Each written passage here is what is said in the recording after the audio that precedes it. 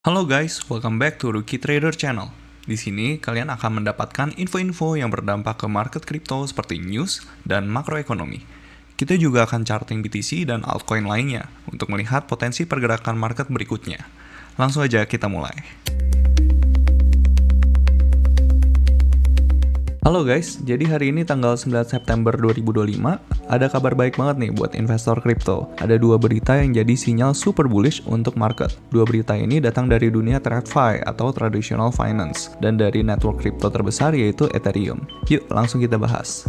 Jadi berita pertama datang dari Nasdaq ya, bursa saham terbesar dunia. Itu Nasdaq mengajukan izin ke pemerintah US untuk bisa menjual tokenized stocks. Apa itu tokenized stocks? Gampangnya itu adalah saham perusahaan-perusahaan besar tapi dibuat dalam bentuk token di atas teknologi blockchain. Mirip kayak kita punya token kripto sebenarnya. Tapi nilainya merepresentasikan saham asli. Kenapa ini penting? Ini adalah langkah besar.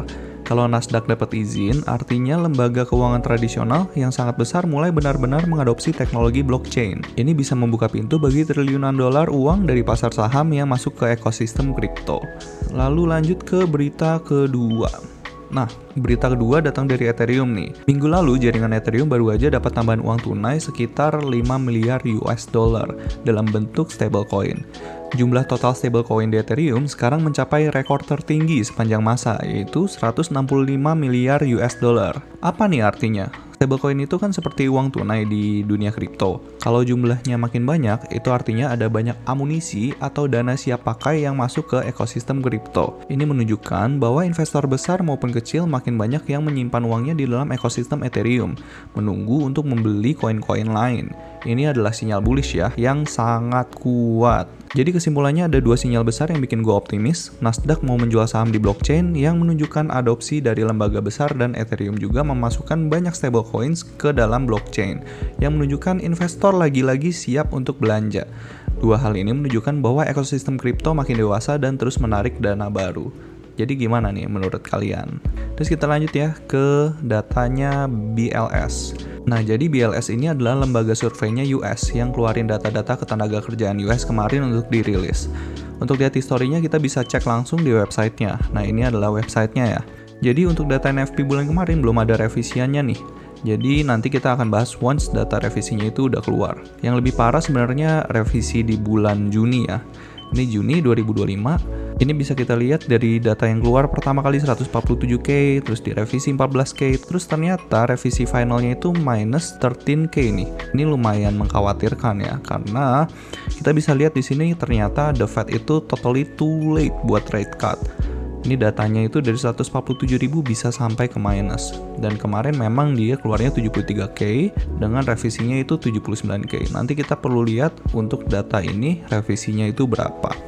Terus lanjut kita ke reminder. Untuk hari ini lagi-lagi belum ada data penting yang keluar ya. Kita masih menunggu untuk revisinya NFP. Nah, untuk hari Rabu itu keluar nih beberapa data penting yang perlu kita perhatikan. Yang pertama ada Core PPI dan PPI. Nah, ini sebenarnya yang penting itu yang Core PPI yang year over year ya. Tapi ini gue nggak tahu kenapa dia jadinya bintang 1. So kita perlu lihat untuk data-data ini. Untuk PPI, kalau misalnya PPI-nya naik, itu bisa menjadi tekanan lagi nih untuk market. Tapi kalau misalnya kita lihat di sini secara forecast sebenarnya dia turun ya. Cuman kalau yang ini kan belum ada forecast-nya nih. Jadi nanti perlu kita lihat nih untuk datanya pas lagi keluar itu berapa. Karena kita tahu bahwa PPI ini kan inflasi tapi dari sisi produsen. Nanti kita lihat ya untuk datanya keluar berapa untuk PPI ini.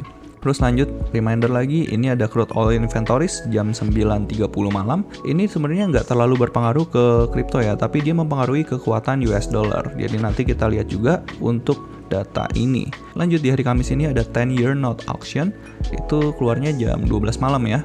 Terus ada, nah ini yang paling penting nih. Pertama sebenarnya ada ECB interest rate decision, ini adalah keputusan suku bunga bank di Europe. Terus juga ada continuing jobless claims, ada core CPI dan CPI. Nah, ini dua data yang berpengaruh ke konsumen. Perlu kita lihat nanti hari Kamis jam 7.30 malam. By the way, kita jangan menebak-nebak ya ini angkanya keluar berapa atau gimana. Soalnya kalau misalnya data keluar, itu volatilitasnya itu sangat gede ke market. Tapi nggak selalu sama dengan arah yang seharusnya. Misalnya kayak NFP kemarin kan keluar datanya 22K. Tapi nyatanya market itu hanya naik tipis terus habis itu dilanjutkan dengan penurunan. So kita jangan menebak-nebak, kita hanya perlu react the market. Nanti kita lanjut ke price action ya. Untuk sekarang kita masih perlu memantau data-data ini. Plus juga ada data ketenaga kerjaan nih, kayak continuing jobless claims, initial jobless claims, ini juga perlu kita pantau nih. Kayak gitu untuk hari Kamis. Selebihnya nanti kita bahas di video selanjutnya. Terus coba kita lihat ke Fed Watch Tool ya. Untuk Fed Watch Tool, ini ada kenaikan persentase untuk pemangkasan suku bunga di bulan Oktober dan bulan Desember. Nah, tanggal 17 September nanti bisa dipastikan The Fed akan potong suku bunga ya. Dan probabilitasnya itu masih besar di 25 basis point. Kalau misalnya The Fed potong suku bunga, di tanggal 29 Oktober juga akan potong suku bunga 25 basis point dengan persentase probabilitasnya itu 76,3% per sekarang. Dan di tanggal 10 Desember 71,3% per sekarang. Jadi kita perlu lihat untuk data ini fluktuatifnya kayak gimana ya, soalnya dia datanya itu naik turun seperti itu. Nah coba kita lihat sekarang ke far side nih. Coba kita refresh.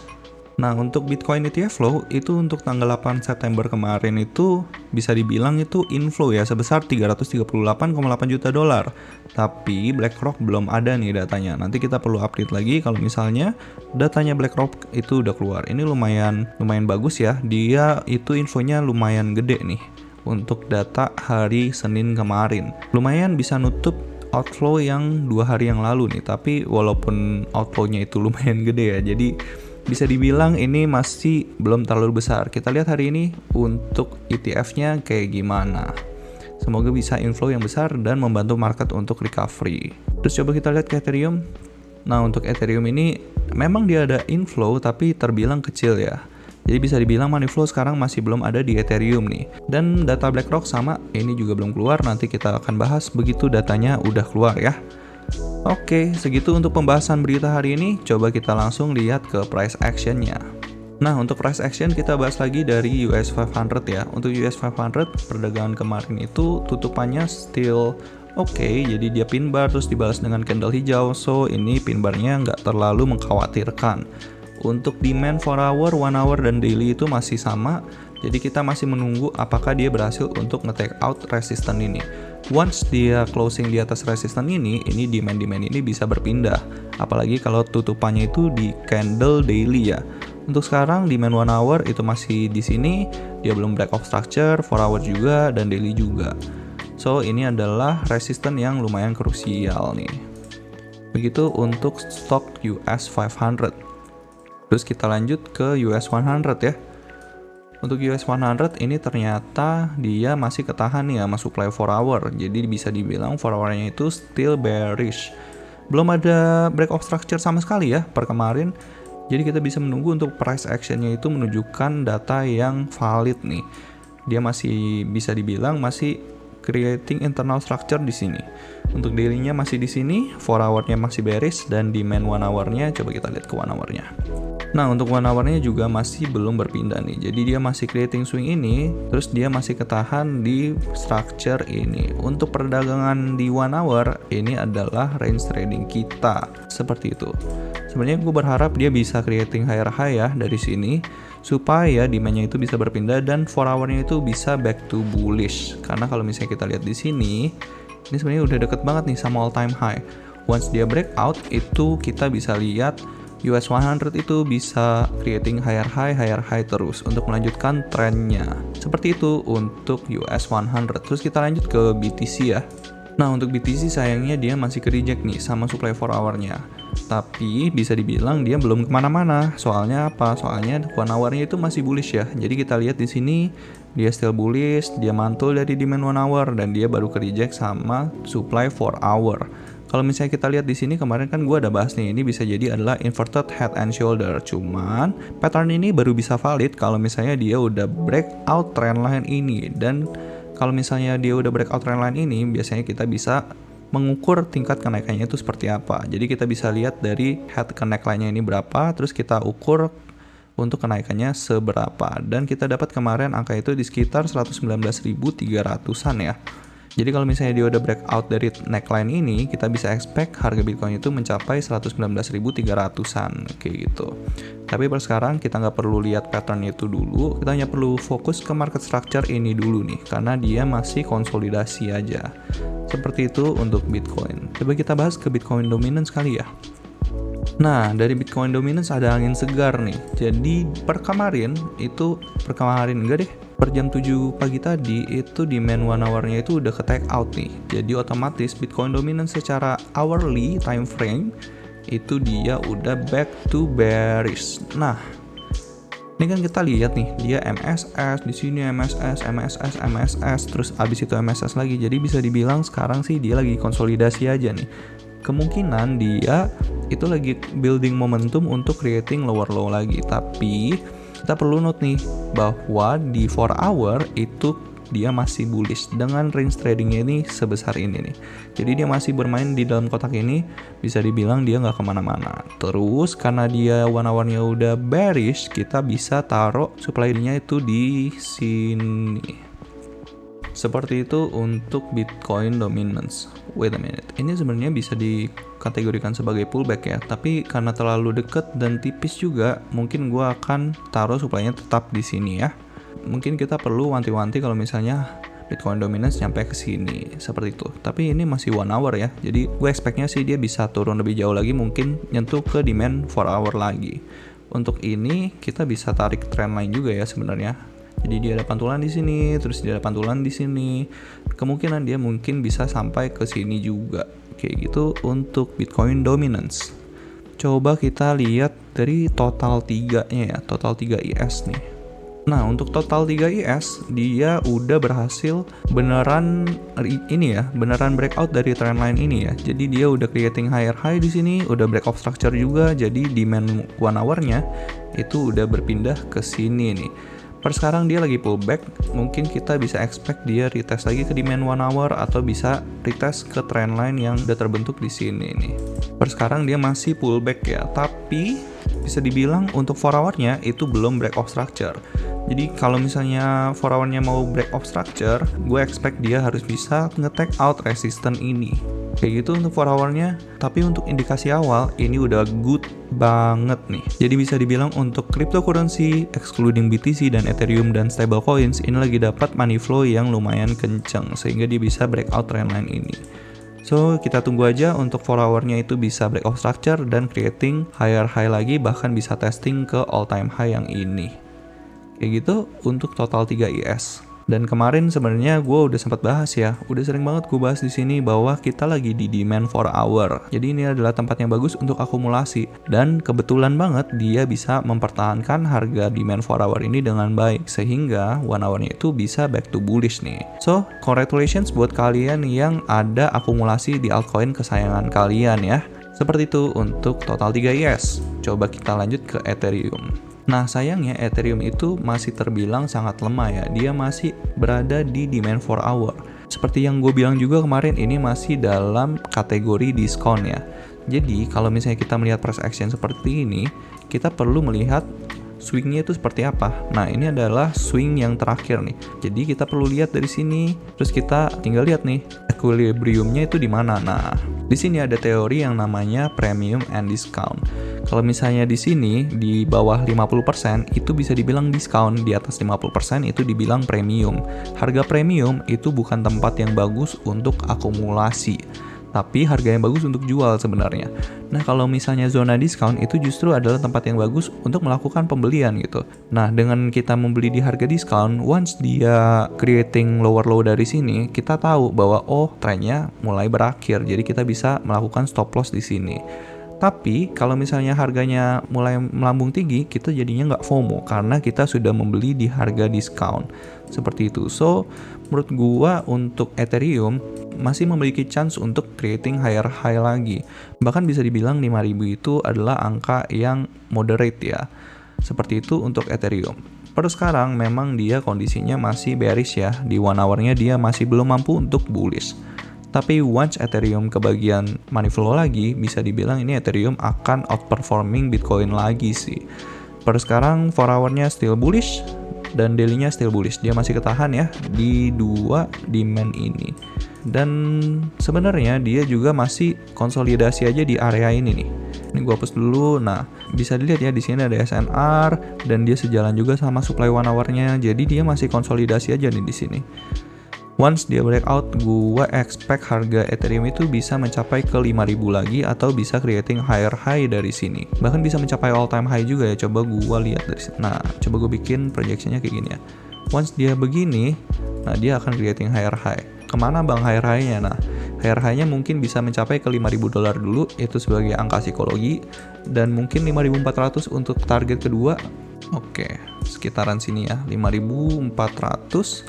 Target berikutnya gue akan pasang di 6.000, mungkin sekitaran sini. Sebenarnya untuk 6.000 sendiri itu adalah angka yang moderate menurut gue. Soalnya apa? Dari pergerakan ini kan bisa dibilang ini wave 1, wave 2, dan sekarang lagi ongoing wave 3. Nah dari sini sebenarnya wave 3 bisa jadi selesai, bisa jadi enggak. Tapi gue mau lihat dia sampai ke extended Fibonacci-nya nih, yang hijau ini. Dan kalau misalnya moderate-nya itu bisa sampai ke 3618, itu di sekitar 6.500.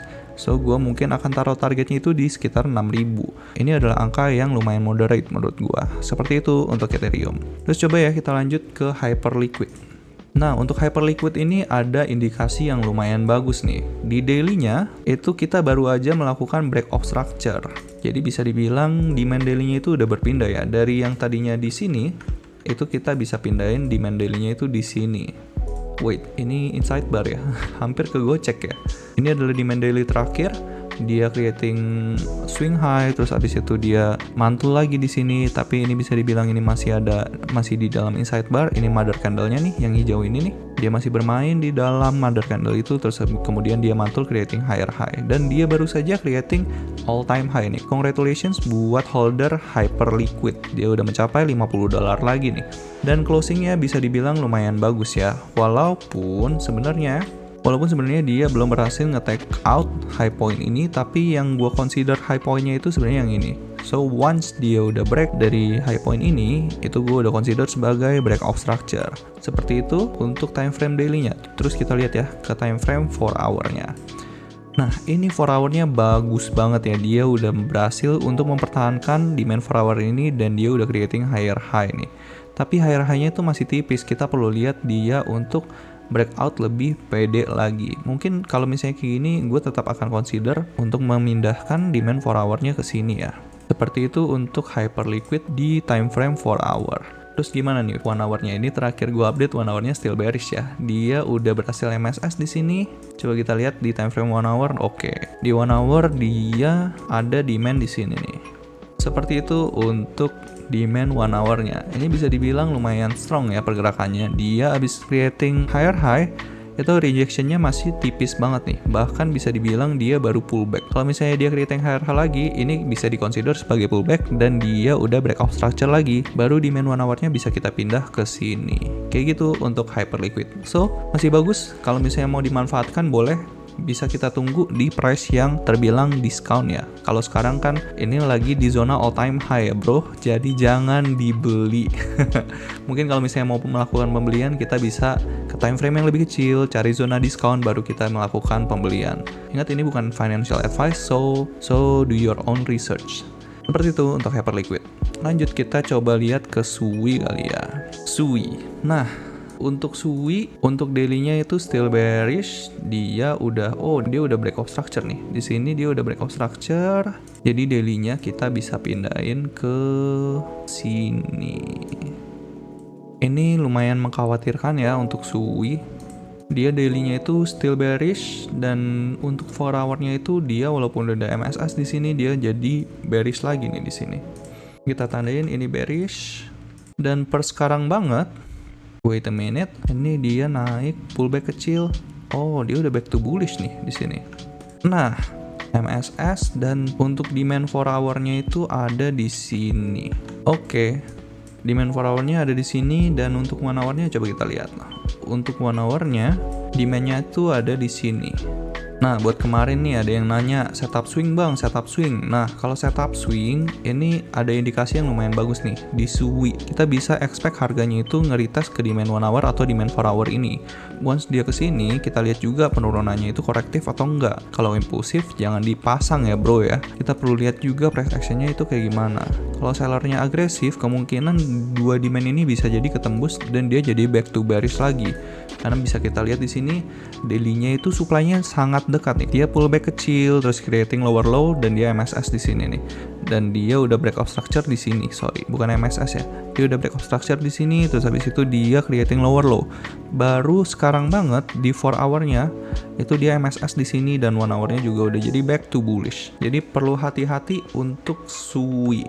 Gimana dengan time frame weekly-nya? Coba kita lihat di time frame weekly-nya.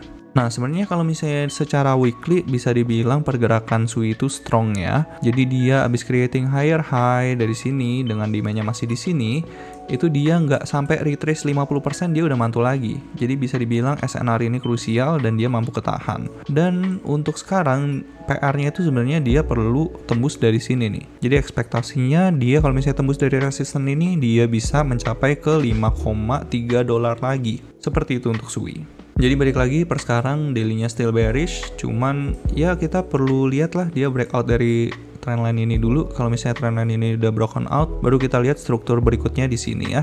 Kayak gitu untuk SUI mungkin bisa dipertimbangkan untuk melihat price action-nya ke depannya. Kalau sekarang masih tertekan nih.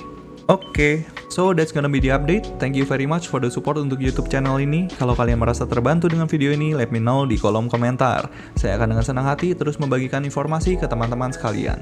God bless to you all and see you in the next update. Cheers, bye-bye.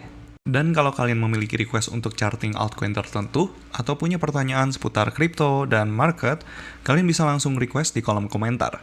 Thank you sudah menonton video ini sampai akhir. Kalau kalian merasa video ini bermanfaat, kalian bisa like, nyalakan notifikasi, dan pastinya subscribe ke channel ini. See you guys in the next video.